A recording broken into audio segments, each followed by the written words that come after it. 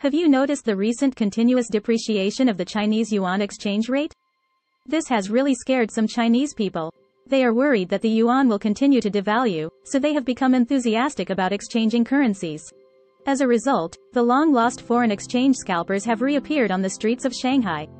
They offer more favorable exchange rates to attract those who want to exchange foreign currencies at banks. What are the state-owned banks in China going to do? The scalpers have outdone you. Just earlier this year, the Chinese government confidently stated that they would replace the US dollar with the yuan. I bet the US dollar was trembling in fear at that time. However, by the end of June, the exchange rate of the US dollar against the yuan broke through the critical level of 7 yuan and 25 fen, and the Chinese government urgently intervened in the market. State-owned banks started selling US dollars in the offshore yuan market in Hong Kong to safeguard the value of the yuan. This reminds me of a Chinese idiom, to fatten oneself by breaking one's word. They promised to replace the US dollar with the yuan, but ended up hastily trying to save the yuan. It's truly laughable. What's even more ironic is that Russia has taken the opposite approach and joined the ranks of massive selling of the yuan. They probably want to say, who cares about your yuan? Is this a declaration of war against the Chinese government? Big brother Russia, how could you treat the Chinese government's yuan like this? What happened to the brotherhood and unlimited cooperation we talked about? Don't you know that the yuan has the backing of the Chinese government? Perhaps this is the true nature of brotherhood. It reminds me of a saying, no good deed goes unpunished. It seems that the Chinese yuan is about to go through another storm on the international stage. In fact, China's exchange rate issue is like an exciting drama, with unexpected twists and turns in every scene. Who would have expected the yuan to depreciate, the scalpers to cause trouble again, or Russia to sell off the yuan? Speaking of which, the exchange rate is dropping faster than my ex-boyfriend. It's so fast that one can barely react. However, it's important to remember that no matter how the exchange rate fluctuates, we should still live happily and face life with a smile. Let's talk about the recent ruling by the U.S. Supreme Court regarding the admissions policies of Harvard University and the University of North Carolina. These two universities consider race as a factor in their admissions process, initially aiming to increase the representation of Black and Hispanic students and ensure fair representation of minority groups on campus. However, opponents argue that this is reverse racial discrimination and deem it unfair. As a result, a group of Asian American students sued Harvard University, claiming that their admissions policies discriminate against Asians, undervaluing their academic achievements and high scores. This is actually a very complex issue, like a puzzle game where everyone is fighting for their own piece. Asian American students argue that their share has been reduced, while supporters of affirmative action believe it is necessary to avoid discrimination against minority groups. It reminds me of playing poker as a child, where everyone is competing for a good hand. There is a great deal of disagreement on this issue, with differing opinions abound. Asian American families generally prioritize their children's academic achievements, while other minority groups accuse Asian American families of neglecting diverse development. They argue that we cannot measure a person solely based on test scores, otherwise the entire admissions process would become a math exam where the one who performs the best gets into the school. Asian American families view this as reverse racial discrimination against Asian students. The Supreme Court's ruling has sparked intense controversy. 6 conservative justices argue that this is a step towards a colorblind society, emphasizing that students' qualifications should be measured by their achievements rather than their race. Liberal justices, on the other hand, believe that this ruling overlooks the long-standing issue of discrimination in the United States. Well, the divergent opinions of the justices are indeed another manifestation of that discrimination debate. However, even with the Supreme Court's ruling, President Biden doesn't agree with it. He strongly opposes the decision, stating that discrimination still exists in America. Well, it seems that politics is also a place of various oppositions. Reactions from various parties are diverse as well. The chairperson of the Asian American Education Alliance welcomes the ruling, believing that it preserves the meritocratic system, which is the cornerstone of the American dream.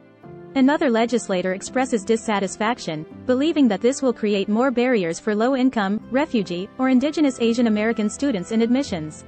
It seems that there is truly no simple answer to this issue, just like a math problem that gives people a headache. The Supreme Court's ruling once again showcases their power. They seem to have become superheroes, not only saving the world but also trying to save college admissions. Last time, they overturned protections for abortion in the environment, and now they have set their sights on universities. Perhaps next time they will come to rescue us from the dilemma of supermarket coupons, so we no longer have to struggle with buy one get one free deals. In any case, this ruling has had a significant impact on the American education system. It may bring about a major transformation, as 9 states have already banned public universities from considering race in admissions. This could herald a new trend, and we may see more race-blind admission policies in the future. Whether you support it or not, we all hope that schools can admit students fairly and justly, not solely based on their skin color, but rather considering each applicant's personal experiences and qualifications. After all, college life is not just about textbook knowledge, it also provides an opportunity to interact and exchange ideas with people from different backgrounds. So, let us look forward to the future development of the education system, where every student is given a fair chance to showcase their talents and potential. Let's talk about the pain points and difficulties of China's economic recovery, which reportedly can be summarized as the 520%. Firstly, let's take a look at the youth unemployment rate, which has exceeded 20%. This is even higher than the receding hairline of balding men. These poor young individuals, who have worked hard and studied so much, are finding it harder to secure a job after graduation than finding a girlfriend. It seems that in today's job market, you either need to have a high level of education, good looks, or a great sense of humor. One of these is simply not enough. Next, let's consider the total profits of industrial enterprises, which have decreased by 20% annually. This is truly heartbreaking. Perhaps it's because company bosses have developed a new high-tech product called the money-losing gadget, causing profits to plummet like a free fall. It's truly a pity. We're all here for a good laugh, but there's no need to play such a big joke on corporate profits. Furthermore, the new construction area in the real estate sector has decreased by 20% annually.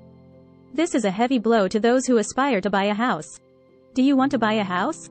Well, you'll have to wait until you've lost all your teeth and become bald before the housing prices come down. However, it's been predicted that in the next 5 to 10 years, construction-related companies will gradually close down. It's better to find a job in a jacket factory early on, so as not to become a ruin relic of the real estate market.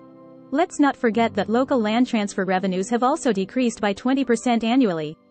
This has certainly left the government's pockets significantly emptier. It reminds me of a joke that says the government's income is like a woman's purse, forever barren inside. These are just some of the challenges China's economy is facing in its recovery process. It's important to address these issues and work towards solutions for a more stable and prosperous future. Now it seems that the loose change in this wallet has been swept away by the decrease in land transfer revenues. The government is not having an easy time. Lastly, let's take a look at the gap in consumer confidence, which stands at a staggering 20%. It's like a broken leg battle of confidence. Consumers lack confidence in the future, causing them to hide their money under the mattress where even ants can't find it. As a result, economic recovery becomes like a jigsaw puzzle missing its final piece, with the mischievous cat hiding it away. Seeing these 520%, don't you also sigh at the difficult times of China's economy? The pressure has exceeded the capacity for self-recovery, but let's not lose hope. After all, the Chinese people are wise and resilient. Just like those construction-related companies, maybe they will switch industries and open a jacket factory. Who knows? At the recent Trilateral Forum for Cooperation between China, Japan, and South Korea, Wang Yi, a member of the Political Bureau of the Communist Party of China's Central Committee, said that only independent and self-reliant countries can win international respect. Well, that sounds like a motivational quote. Let me guess, is the next line, only those who strive for excellence can achieve a better life. Haha, that's Mr. Wang Yi, it seems like he's the only one sticking to it. He also mentioned that in the eyes of Europeans and Americans, China, Japan, and South Korea are all Asians, and no matter what, they cannot become Westerners. No matter how you dye your hair blonde or shape your nose, you cannot change into a Westerner. You need to know where your roots lie. China, Japan, and South Korea need to know where their roots lie. Mr. Wang Yi, have you ever considered that perhaps people are not concerned about whether they can become Westerners or not? What they may care about is having freedom of speech, not being suppressed by the government, and being able to live a just and fair life. Shouldn't you think about the fact that people strive to change precisely because of your Greater China ideology? In this, we can see a typical us versus them opposition. Yes, we are Asians, and they are Westerners. We have our ways, and they have theirs. But let's think, shouldn't this world be one big family? We are all Earthlings, whether Asians, Europeans, Africans, or Americans. We should unite and face challenges together, rather than emphasizing divisions. Mr. Wang Yi, does your so-called independence and self-reliance include respecting the freedom and rights of the people? Is your call for unity and self-improvement truly for everyone, or is it limited to your own small circle? The Chinese defense minister meets with the Russian Navy commander-in-chief. On the 3rd, Chinese Defense Minister Li Shangfu met with Russian Navy Commander-in-Chief Yevmenov in Beijing, expressing the hope that both sides would strengthen communication at all levels, regularly organize joint exercises and patrols, and expand practical cooperation in professional fields. Previously, U.S. Secretary of State Blinken's visit to Beijing restored high-level dialogue between the U.S. and China, but military talks to avoid potential military crises between the two sides have yet to resume. U.S. Treasury Secretary Yellen to visit China this week. A senior official from the U.S. Treasury Department stated on the 2nd that U.S. Treasury Secretary Yellen will travel to Beijing before the 6th of this month. This visit is part of the Biden administration's efforts to ease tensions between the U.S. and China. The official mentioned that while major breakthroughs are not expected during Yellen's visit, Treasury officials hope to engage in constructive dialogue with China's new economic team and establish long-term communication channels, including at the deputy ministerial level. Rare visit by Chinese military delegation to the UK and France. The Chinese Ministry of National Defense announced in a press release on the 1st that a delegation from the People's Liberation Army has embarked on an 8-day visit to the UK and France to discuss the development of bilateral defense relations. A spokesperson from the UK Ministry of Defence stated that they hosted defence strategic dialogues in London, covering topics such as respective defence strategies, the situation in Ukraine, the South China Sea and Taiwan, as well as military relations between the UK and China. U.S. senators call for sanctions on China over fentanyl issue. According to U.S. media reports, Republican Senator Van Hollen stated in an interview that if China does not stop sending precursor chemicals for fentanyl production to Mexico and U.S. border ports, the U.S. should impose severe economic penalties on China. Democratic Senator Brown also mentioned that if these sanctions are properly implemented, it would cause significant economic losses for China, and the U.S. must pursue all channels that provide funding and money laundering for this issue. China announces export restrictions on gallium and germanium. On Monday, July 3, China announced that it will implement export restrictions on two rare metals, gallium and germanium, starting from next month. Gallium and germanium are widely used in semiconductor production, and China is the main producer of these two metals. Analysis suggests that this is a countermeasure to the export restrictions on Chinese chips imposed by the United States and other countries. The Chinese Navy will deploy a hospital ship to 5 Pacific countries to carry out the Harmony mission. During the mission, the Chinese Navy's Peace Ark hospital ship will engage in visits, exchanges, and professional discussions with relevant countries, and provide medical services to Chinese diplomatic personnel and local populations. Li Cheng, a China expert and director of the John L. Thornton China Center at the Brookings Institution, has decided to return to Asia and take up a leadership position at the University of Hong Kong's new think tank.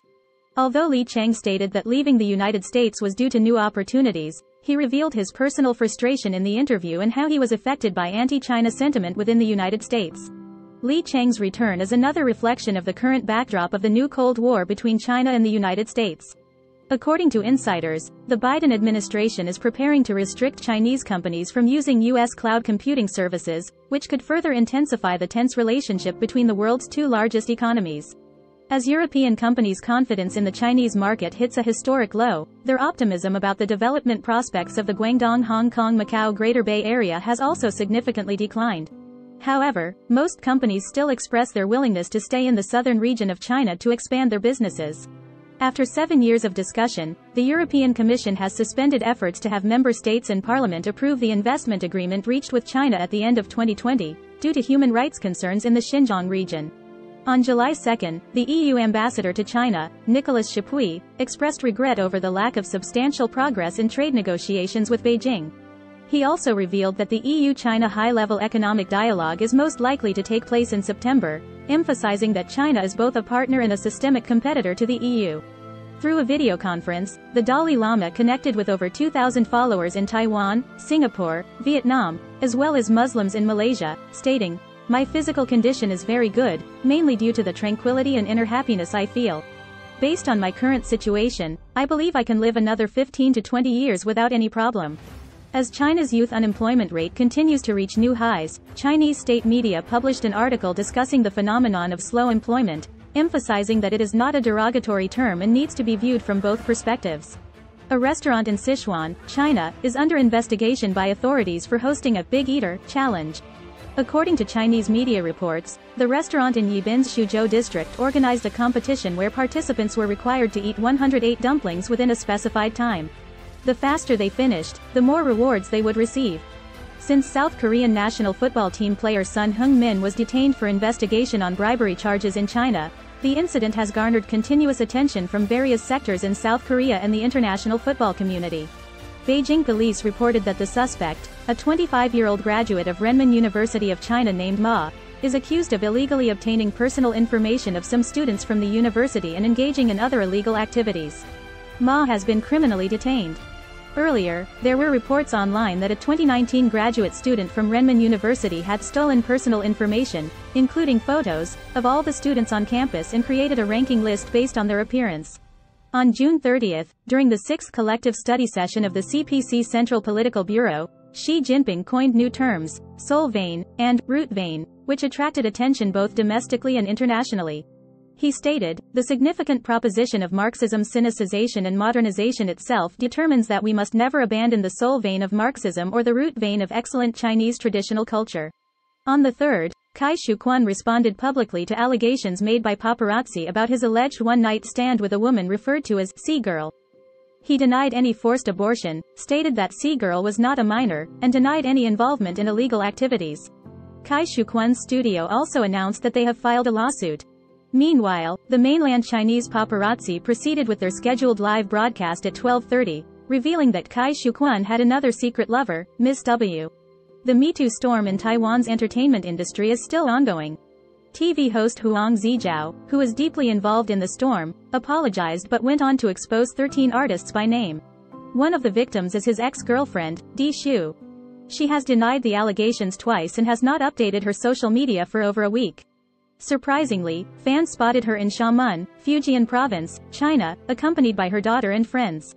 China's official media, Xinhua News Agency, reported last week on a survey conducted by the UK charity organisation, the Trussell Trust, stating that about 1 in 7 people in the UK faced hunger due to lack of money last year.